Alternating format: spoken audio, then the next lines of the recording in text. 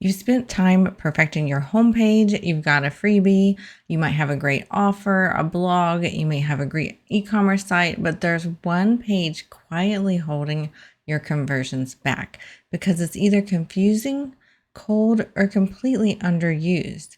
In today's episode, I'm revealing which page that is for most businesses and how to turn it into a trust-building, action-driving powerhouse. I'll also share a quick checklist at the end that you can use to spot red flags on your own site, so stick with me to the end. Let's get to it. Struggling to turn website traffic into real sales? You're not alone, and you don't have to figure it out all yourself. Welcome to Smarter Online Business, the podcast for course creators, coaches, and e-commerce entrepreneurs who want their websites to convert visitors into buyers without the tech overwhelm. I'm your host, Carrie Saunders, a website strategist and conversion expert with over 20 years of experience. Each episode delivers simple, proven strategies to help you generate more revenue and make your website your smartest sales tool. Welcome back to the show. Today, we're talking about the one page on your website that is super important that many people overlook and just kind of either don't make this page or they really spend so little time on it. And it is your About page.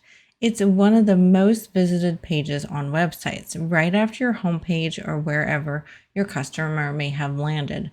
Most business owners, though, treat it like a placeholder. It either just tells your story with no clear point, it's overly formal or robotic sounding, or worse, it barely exists, if at all.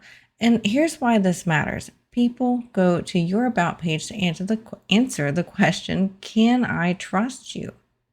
Can I get a sense of who you are? What is your company or business about? Your page isn't about you. It's about how your story connects to them. So when we're writing our About page, we want to make sure our story connects to them and makes you relatable to them and trustworthy. A high converting About page usually includes a customer-faced introduction. We want to make it about the reader's transformation, not just your resume. And if you're an e-commerce business, then we want to make it about who you are and who you serve and how you help others with your products. A founder or brand story that creates connection should also be in there, weaved in there appropriately. And it can be credibility markers. You can have testimonials, you can have statistics, you can have certifications and notable clients in there if you'd like. It's also great to have a little bit of a personal touch, like your family, your location, or just some fun fact.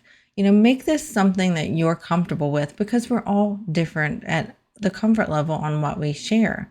But even if it's a fun fact or a hobby about you, that is not necessarily too personal, then that is also a great way to connect with the reader. And a strong call to action at the end is a great idea, not just thanks for reading. What do you want them to do next? Some CTA ideas are check out our services, book a free discovery call, or grab our free checklist to get started, or maybe your favorite product that you sell. So most people scroll all the way down on this page. They read it all, at least skim it all. So make sure they land on something, not a dead end at the end. And then I want to make sure you don't forget this other page either. It is the contact page. It is the other major blind spot and something so important to have on your website as well. It builds trust and clarity and confidence in your potential buyer that if they do run into issues or have questions, it's easy to contact you. I've told the story about this one website where I was buying a skin for actually our podcasting show notes website, and I couldn't find contact information for them. I went against my gut. I really liked the template. I went ahead and purchased the pro version of it. And then I actually did have problems and I had a hard time finding a way to get a hold of them. I finally did, but it was a struggle. And that, even lost trust even more. So not only could I not find their contact information initially when I was going to purchase it, but then after I did buy, I had a hard time finding it and getting a hold of them, even from receipt emails. So that builds absolutely no trust, no loyalty in me to go back to that same designer to buy that template to use for my own website. And many contact pages have just a form with no reassurance or next step. So make sure you have a reassurance or next step. They also don't explain when or how someone will hear back. It's a really good idea to let that expectation be there and give the expectation up front that, let's say, we'll be back to you in 24 to 48 business hours, or we'll be back to you in about 4 business hours, whatever it might be for you and your company. And you might miss the chance to include other helpful links that could help them self-service any questions they have too. We don't want this to be the forefront, though. I've seen this so many times where the contact page is just some sort of robot or AI anymore. Actually, this past week, I have emailed a couple large companies and I got a robot answer. I didn't want a robot answer. My question was more of a suggestion for them to make things improved. But I got an AI answer. It let me know it was an AI answer, but I got an AI answer that's not a feature they have. Well, that I know that I want a human response and, acknowledge my suggestion, even if they don't implement my suggestion. But I do think it's going to help their other customers as well.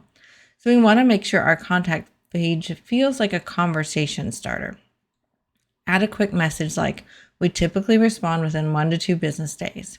You can also include FAQ links to common requests. Like I alluded to, FAQ is a really great thing to have on this page.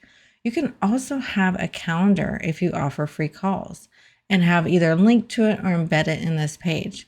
And don't forget a call to action at the bottom of this page. Every page is a chance to guide your visitor, not just to sell. And then I want to reassure you, if you are listening and realizing that your about page might be costing you, don't panic. It's an easy fix once you get to know what to look for. And I put together weekly tips like this in my newsletter to help you improve your site little by little without the tech overwhelm. So make sure you sign up at smarteronlinebusiness.com/newsletter or tap the link in the show notes. It takes less than a minute and your site will thank you for it. And then that bonus tip that I promised you. I wanted to give you a checklist to evaluate your own about or contact us page. So first off, does it speak clearly to your ideal client's pain or goals? Does it explain why you do what you do? Is there a testimonial or a trust builder on this page? Do you sound human or like a corporate brochure, which is very easy to do, so please no shame there if that's how you sound. Is there a CTA button at the bottom? Start with those 5 tips and you'll already be ahead of most websites out there. Thanks for listening to this week's episode of Smarter Online Business. I hope it helped you really ponder and think about how can I improve my about page and my contact page to bring my website to that next level and build more customer trust and more customer conversions. And if this episode helped you, please share it with a business friend and make sure to rate and review us on your favorite podcast player. That helps spread the word and get our name out there so that we can help other businesses just like you. And we will see you next week.